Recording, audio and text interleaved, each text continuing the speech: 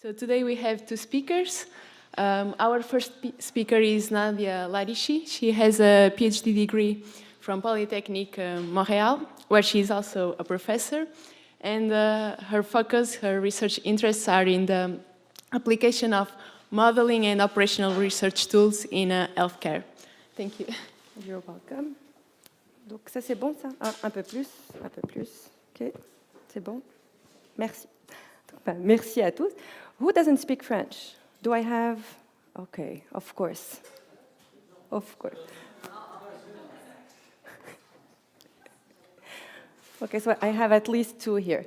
Okay, so my first question, just before I start, is who's here for the operations research part? Who's here for the healthcare part? Perfect.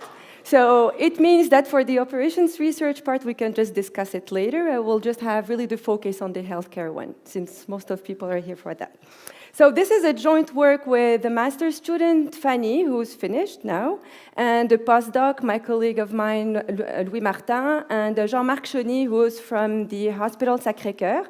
So this is a joint work with Sacré Coeur.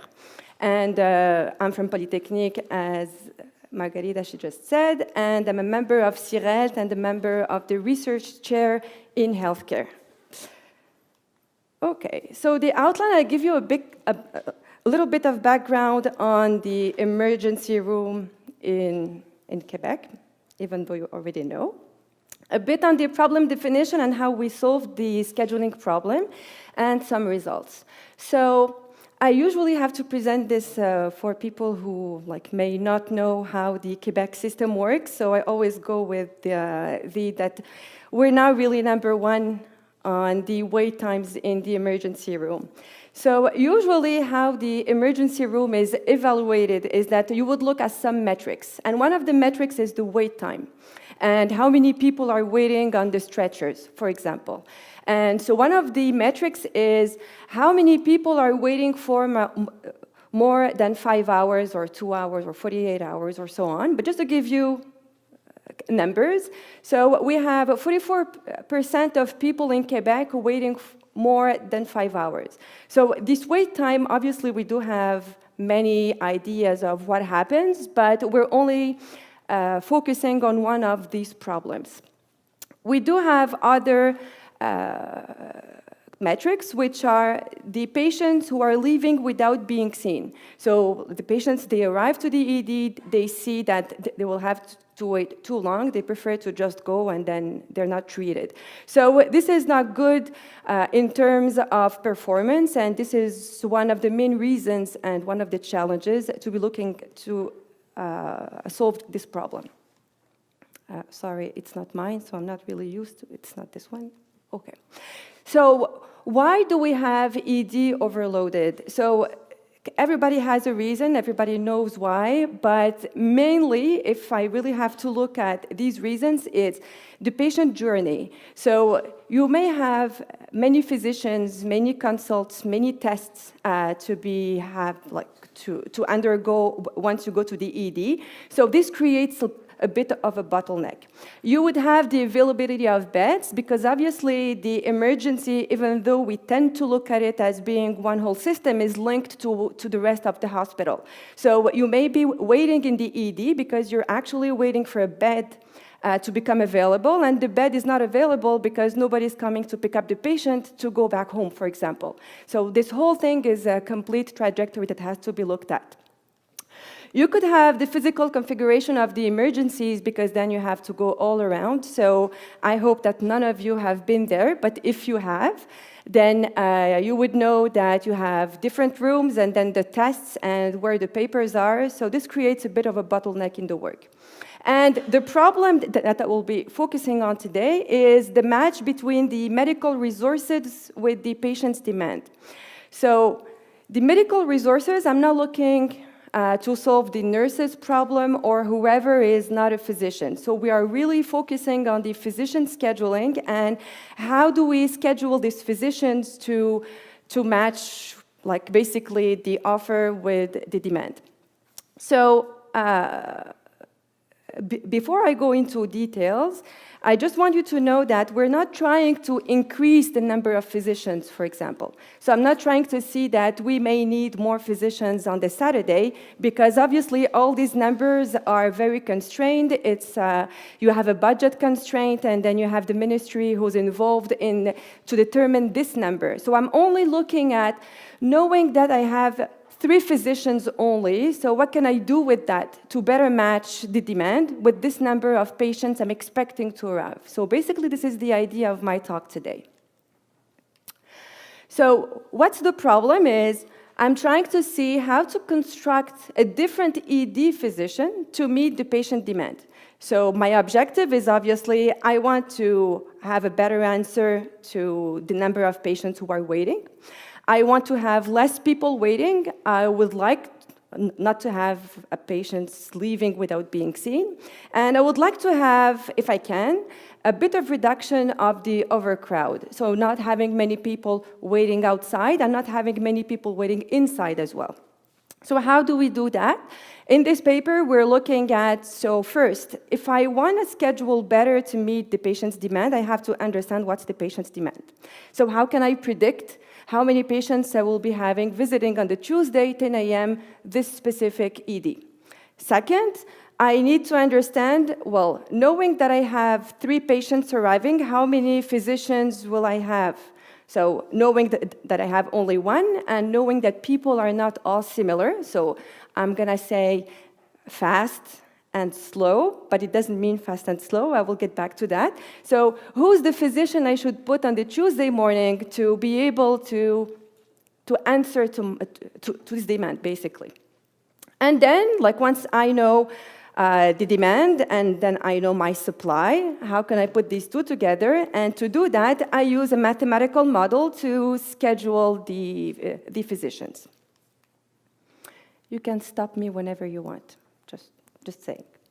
So my first step is, we're not the first ones to be looking at how to predict the demand in the ED. I'm going to go very quickly, but I just want you to know that we do have people who have worked, and there are plenty of studies on how to predict the demand and the arrival of patients in the ED. So if you dig a little bit on the literature, you would find a lot, and they basically all end up with pretty much the same curves as the one I will show you. So people are never sick during the weekend. They all get sick on the Monday morning when they get to the ED, and then it decreases a bit during the week. It's pretty stable. And then maybe sometimes on the Friday, if something happens, they will go back to the ED, and then it decreases again. So it's all over the world. It's pretty much the same curve. And whatever models are used, they all tend to show the same numbers. But if you're interested, we can discuss this a bit more later. And the real challenge is that usually we predict on the day of the week, as I just described. We may predict the month of the year, but we do not predict the real hour in the day.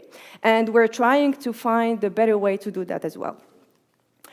In terms of, so my first problem is how to predict the demand. My second one is, can I measure the productivity of the physicians? So this is very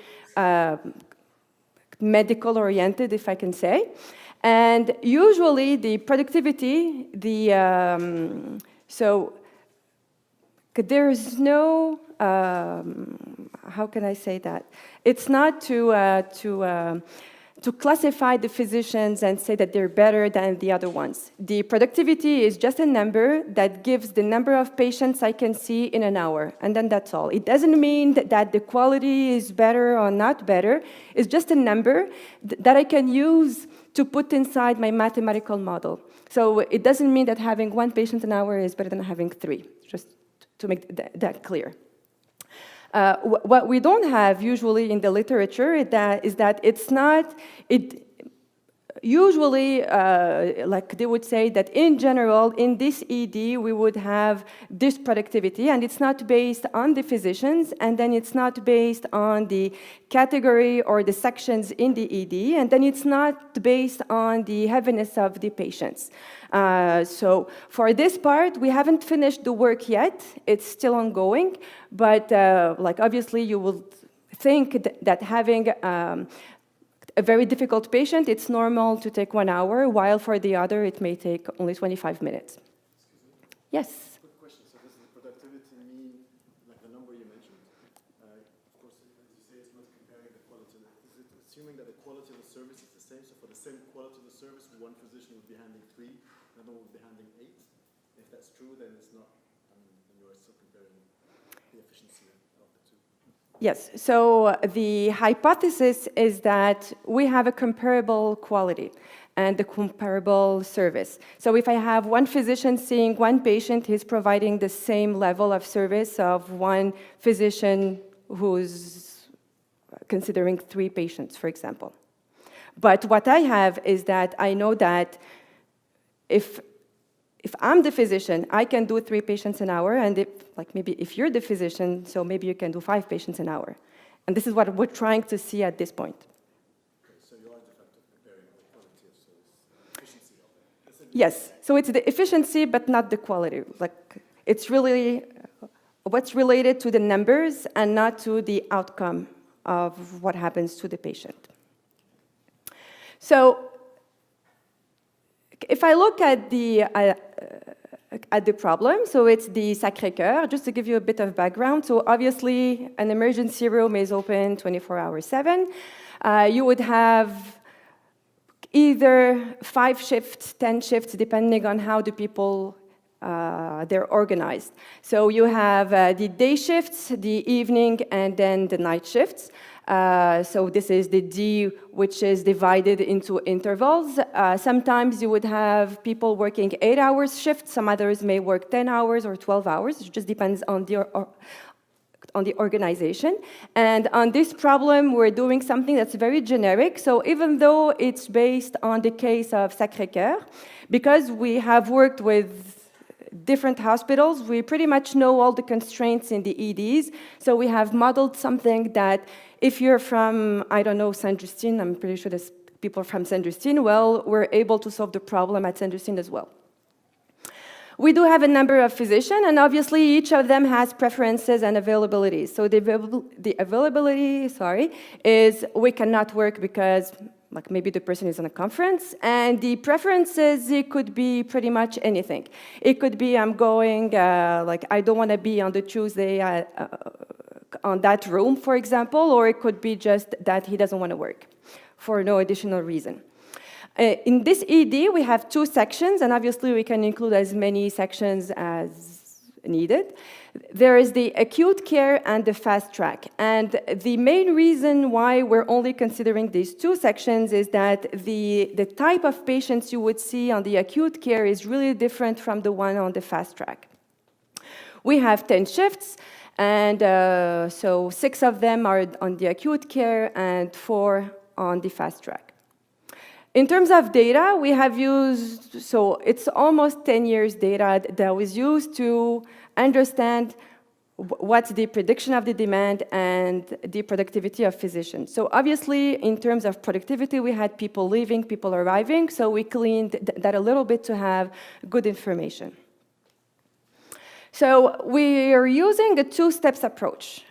First is for the demand forecast. So if you remember, the demand forecast, I can do something for the day, and for the hour is a bit more complicated. So the first part is really to try to understand the prediction during the day, and then to go deeper into the distribution within the day.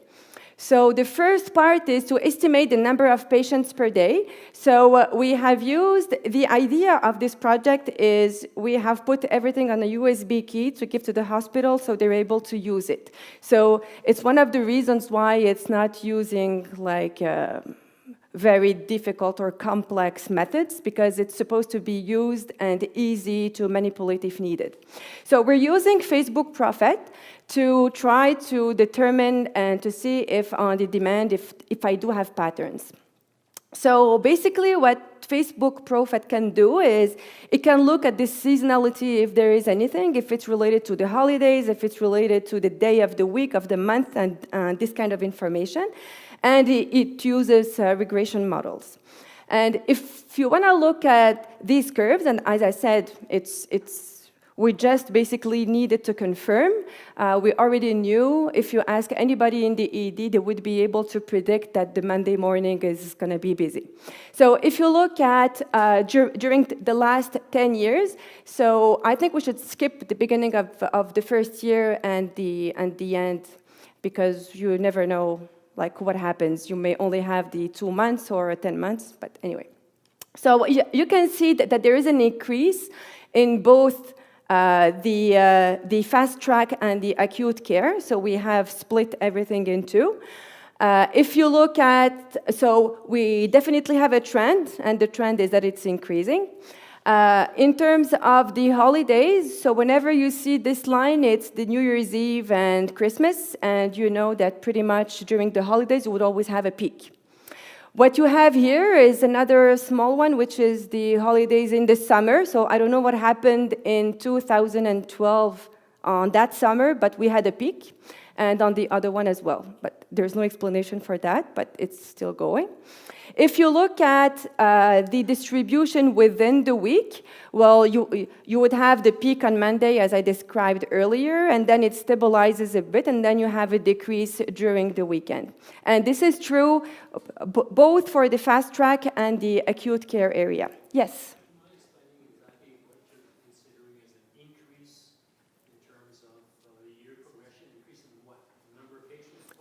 The number of patients, yes. Okay, so what you're saying is that we've had since, I can't even figure out, you're saying from 2000 to present time, an increase of 60%, 70%?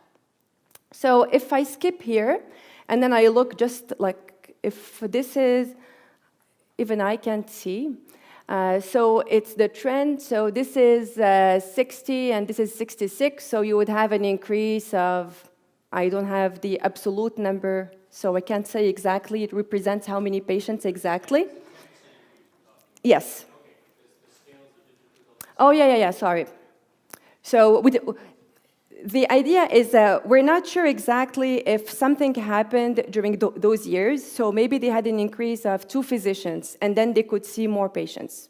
But this information is not captured in here. But what we know is that we have an increase in the overall number of patients being seen.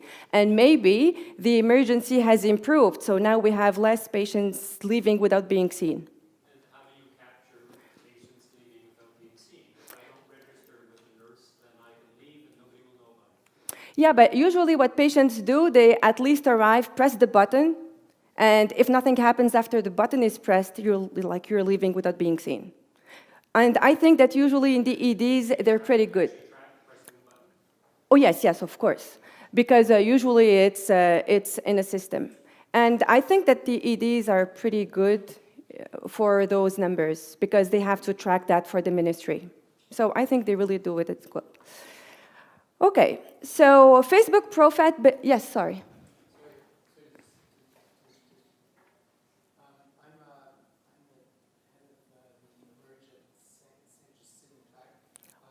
I took my example correctly.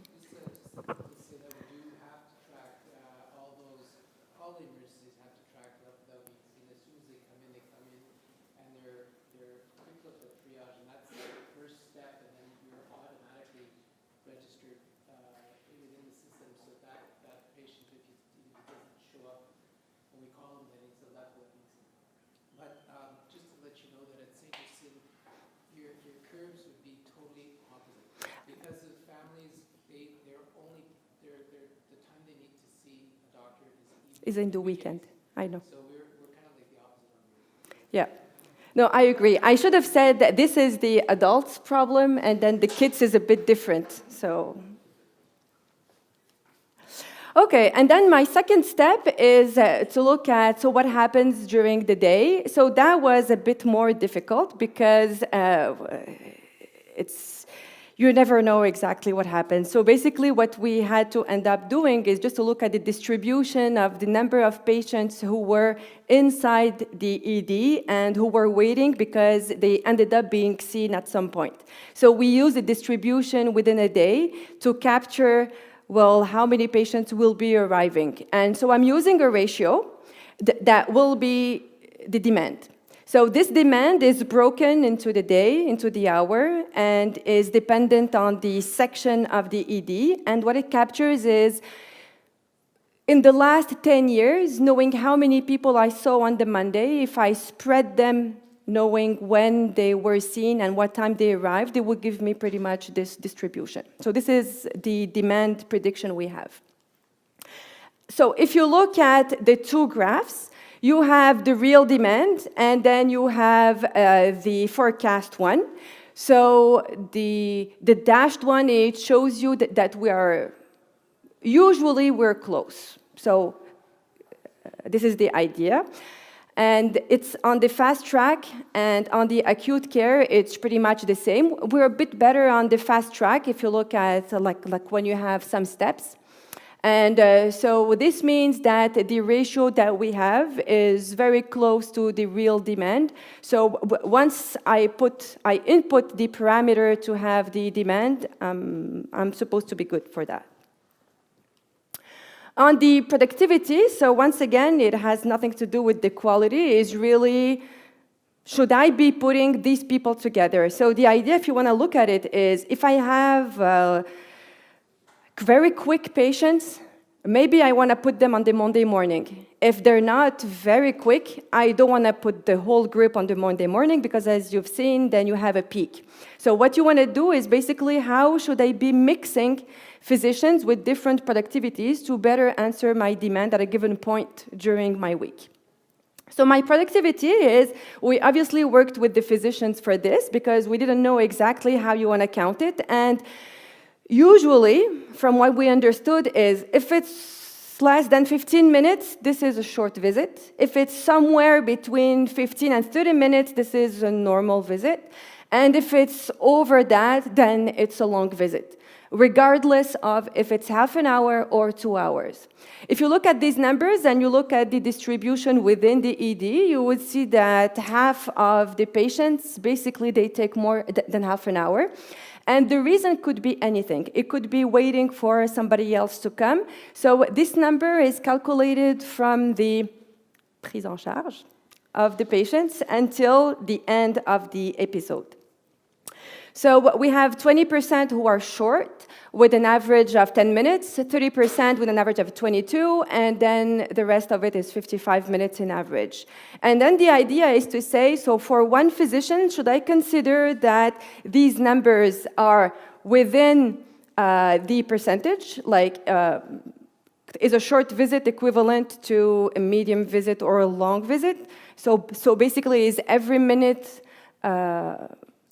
are all the minutes have the same value or not? And we worked with the physicians to come up with weights that would say that for a patient who's heavy, which means he will take more time, so the weight between a short visit and a long one is about 50. So if you look at the averages, is very aligned with those numbers. So if I have a lot of heavy patients, you can consider that the duty of the physician is very heavy, and then it would be low for the other ones. And then if you look at, so we're including those weights, and we looked at the variations for all the physicians, and we came up with a productivity number which depends on, so we looked at the days, of course, and then we looked at the shifts, because we thought that maybe people are more efficient on the Monday than on the night shift on Saturday. So we used these numbers to have something that's aligned with the distribution that we're trying to use for the schedule. So we do have this number here that represents for each of the sections, for each of the days, for each of the physicians, how many patients will I be seeing in an hour? And everything is in an hour, so I can compare. If we look at the numbers, so obviously you would think that if I look at the acute care, I'm seeing less patients than on the fast track, because they tend to be heavier. So you have the frequency here, and pretty much you can say that maybe it's 1.5 patients per hour that each of the physician would see on the acute area, and a bit more on the fast track. So somewhere about like around 2.5 and 3 patients that each physician can see. And obviously, this is the mean, because I cannot show the distribution for the physicians in case you know people working in the Sacré Coeur. So this is why it's very aggregated. If you look at the distribution, you would see that the number of patients seen during the weekend, people tend to be more efficient on the weekends. So the productivity is a bit higher on the weekends if you compare it to the week. So we're capturing this information as well. What you have here is that if I only use, so each minute is pretty much equivalent. So either I'm seeing a light patient or a heavy patient, or if I use the weighted productivity, so I want to give more importance to the heavy patients, you would still have, like you would see the two graphs. And this means that for some of the days, I am overestimating the number of patients because I want to give like a bit more weight to the fact that these patients will be heavy. So it depends on the ED if they want to capture that or no. So if I come back to my objective of my mathematical model is I want to reduce the unmet patient demand, and this means that I have 3 patients arriving on the Monday at 11 a.m., and I have 2 physicians, and their productivity ratio is 3, I have no unmet demand. If I do have physicians who can only see 1.5 patients, so my unmet demand is the 1.5. So this is what I'm trying to balance. I'm trying to have the right mix of physicians to make sure I'm always seeing the right number of patients. And what I want to do is, so whoever does scheduling, we know that the client are the physicians. So the client are also the patients through the covering constraint. So I want to make sure that I cover the demand.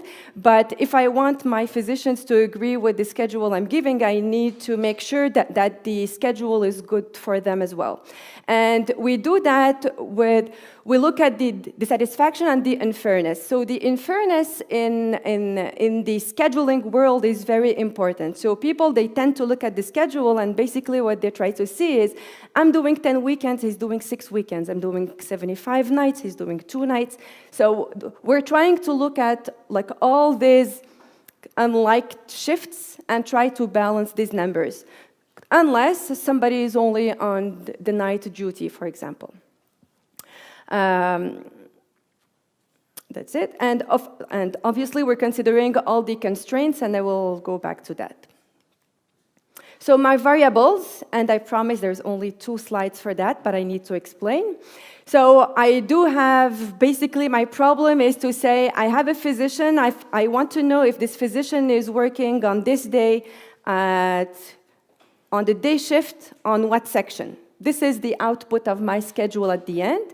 And I need to use some additional variables that will help me to evaluate, is it fair or not in terms of scheduling. And for these variables, what I'm trying to do is for each of my constraints where I want to look at the demand, I want to see how patients do I have who will have to wait, and if I have too many physicians, for example, so I don't want to put too many physicians on a shift where nobody is going to be there or less people will be there, because then it's not a good use of my resources. So I'm also looking at these numbers with my Bs. And then I have all the other variables that we'll be looking at. So how many people, so each physician will determine how many shifts he wants to have in the horizon, let's say the 28 days. And I'm trying to see if I could reach the target or no. And it's the same for the, the real distribution of the nights and the weekends and then the evenings. So it's a multi-objective function, which means that I have different criteria and I have to play with that. So how much importance should I be giving to the fact that I want the unmet demand to be decreased compared to the satisfaction of the physicians to be having exactly what they asked for? So I do have criteria for that. But if you look at the function, it's basically the number of shifts, the type of shifts, if it's a day, evening, and night, and received versus asked for. This is in words. And if I look at the real model, this is what it looks like. So I'm just showing the objective function and whatever is linked on my variables. So this constraint is the most important for what we're talking about, which is the demand. So this is my predicted demand. If my B plus is positive, it means that I have too many physicians or not the right mix. And if it's the minus, well, then it means that I'm not reaching my target. And it's the same kind of modeling for the other constraints. So what type of constraints? So like all the others. So we obviously have the supply and demand constraints. So it's the availabilities, the exemptions. So you have, depending on the ED you would be working with, you have plenty of rules. For example, I don't know, if you're more than 60, you don't do night shifts. If you're this and that, then you don't do this type of shift. So all this is obviously included, and we have modeled many constraints, even though they were not used at Sacré Coeur. We have all the fairness constraints. So usually what we try to do is you do not have 2 consecutive shifts for physicians. They cannot be on the fast track because they don't want to do 2 days of fast track. It's one of the rules that can be changed, obviously. Nobody works 2 consecutive weekends, and in the world of scheduling, it's like the basic constraint, like nobody works 2 weekends in a row. Well, unless really needed. You have all the workload constraints in terms of the number of shifts, on the number of weekends, on how many days can you work, and so on. And then the ergonomic constraints, where usually you would try not to have somebody like working a night shift followed by an evening shift on the following day, and then a day shift, and then a night shift, because then all the cycle is completely mixed up. So all the usual shifts are considered, and I consider these to be the usual because they're like pretty standard, and we're including the exemptions, of course. So what we're trying to look at are, we have the prediction of the demand, we do have the evaluation of the productivity, so how should we put the weights on the objective function to balance the result of my schedule between the fact that my first objective is to reduce the unmet demand, but that I also want to be fair for the physicians. So all these weights here, we worked with the physicians to look at which ones we should be using. And each set of weights is one scenario. So for example, I have one scenario where the understaffing, which means the fact that the demand is not met. So this is very important no matter what. And we have put a scale of 10 times more important for whatever we add. So if we have the overcover and the undercover, the unfairness, so even though the physician satisfaction, the unfairness and the physician dissatisfaction, so if you look at this scenario, for example, it's 10 times more important to have, to meet the demand, and we forget about the physicians. On another scenario, we basically do not consider the physician satisfaction. So this, it would show us like how good we can do with the demand if we do not consider like all the rest. And if we do consider them, what happens? And to be fair, this is the right scenario that we picked with them, because even though it's 10 times more important, it was good enough to capture what physicians want and to still meet the patient demand. So we broke the results and the number into different categories. So basically, if you give that to a solver, it gives you back a number. My number is 960, and obviously nobody knows what 960 means. So we broke it into what's important for the people we're working with. So what's important is, did I uncover shifts? And the answer is no. Because with this ED, for the schedules we tried to do, everybody was pretty much available during the period, so we could cover all the shifts. So this was good. And then we looked at the total uncovered demand. So how many patients or how many slots I could not answer the demand of the patient on the right slot. So you would go from 1,100 to 434.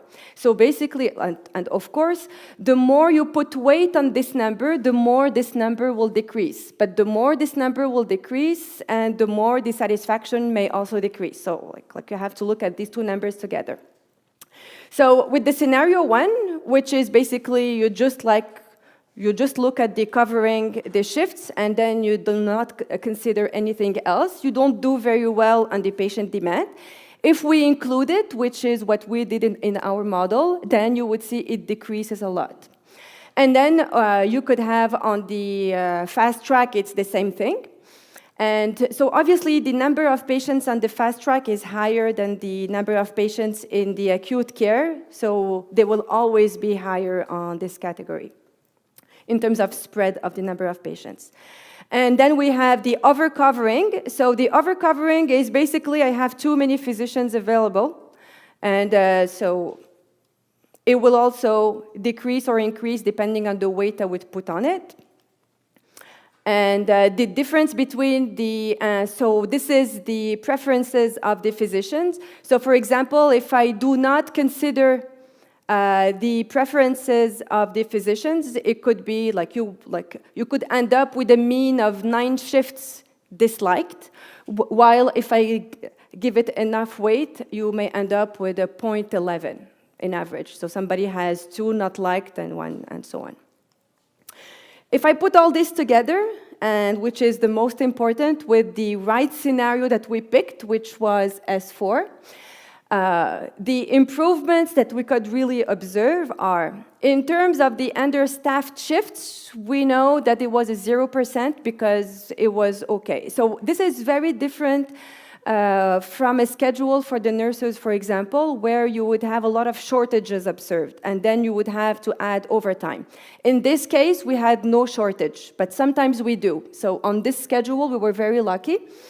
If you look at the uncovered demand, so we improved by 10 and by 11%. So basically, we have seen more patients than with mixing the right physicians together.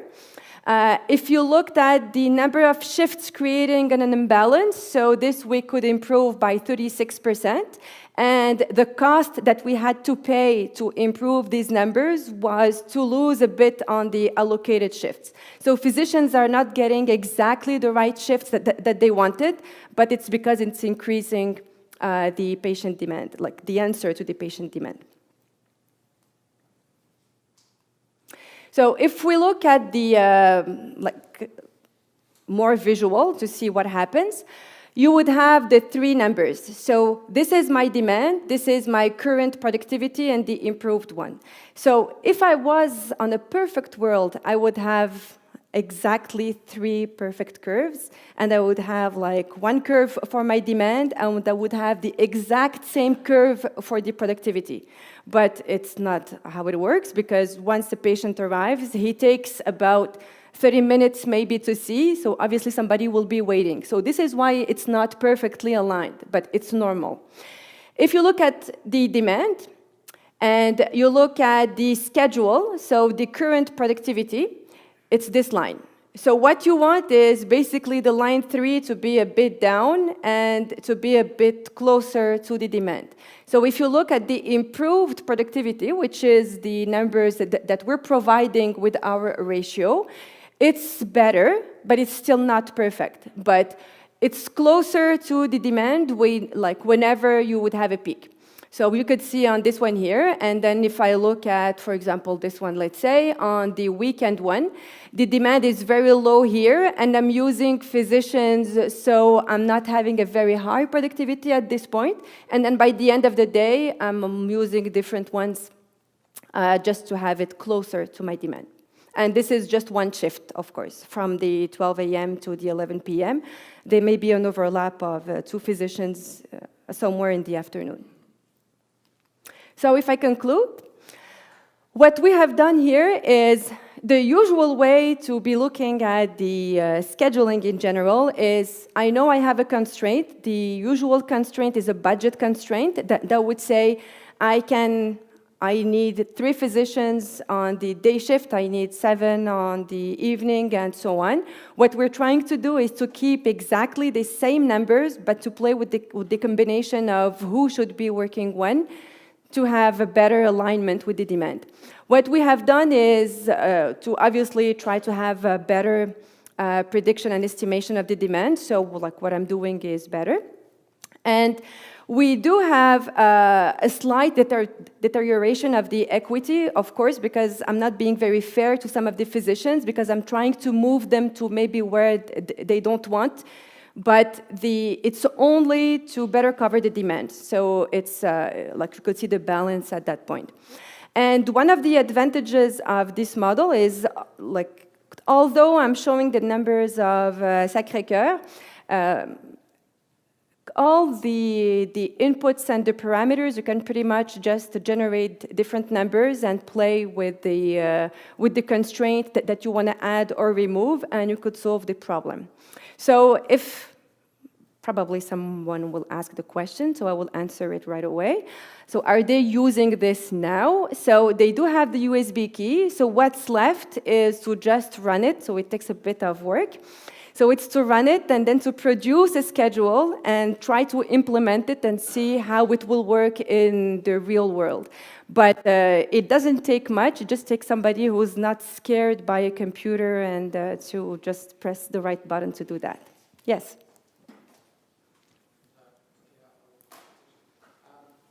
This sector is a teaching hospital. How do trainees factor into your model? So we only...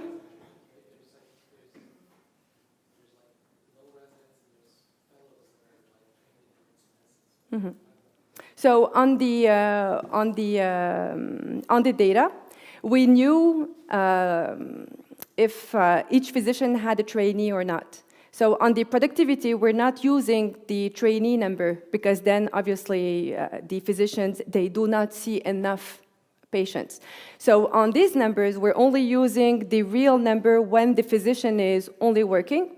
And then on this schedule, like once you want to put a trainee, you have to factor that. So it's really easy to include.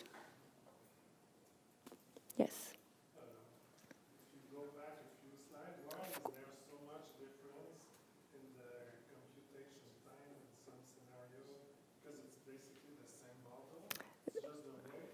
It's the weight. You take a multi-criteria. Oh, yeah, I know. Usually it's the equity. So if you play with the equity, it just becomes a mess in terms of the CPU time.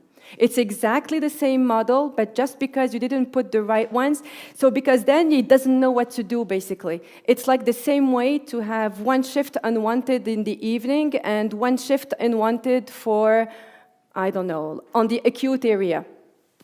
It's the same. It doesn't know what to do. So on the branching, it keeps playing 0, 1, 0, 1, 0, 1, 0, 1, 0, 1, 0. So it just increases the number of possibilities.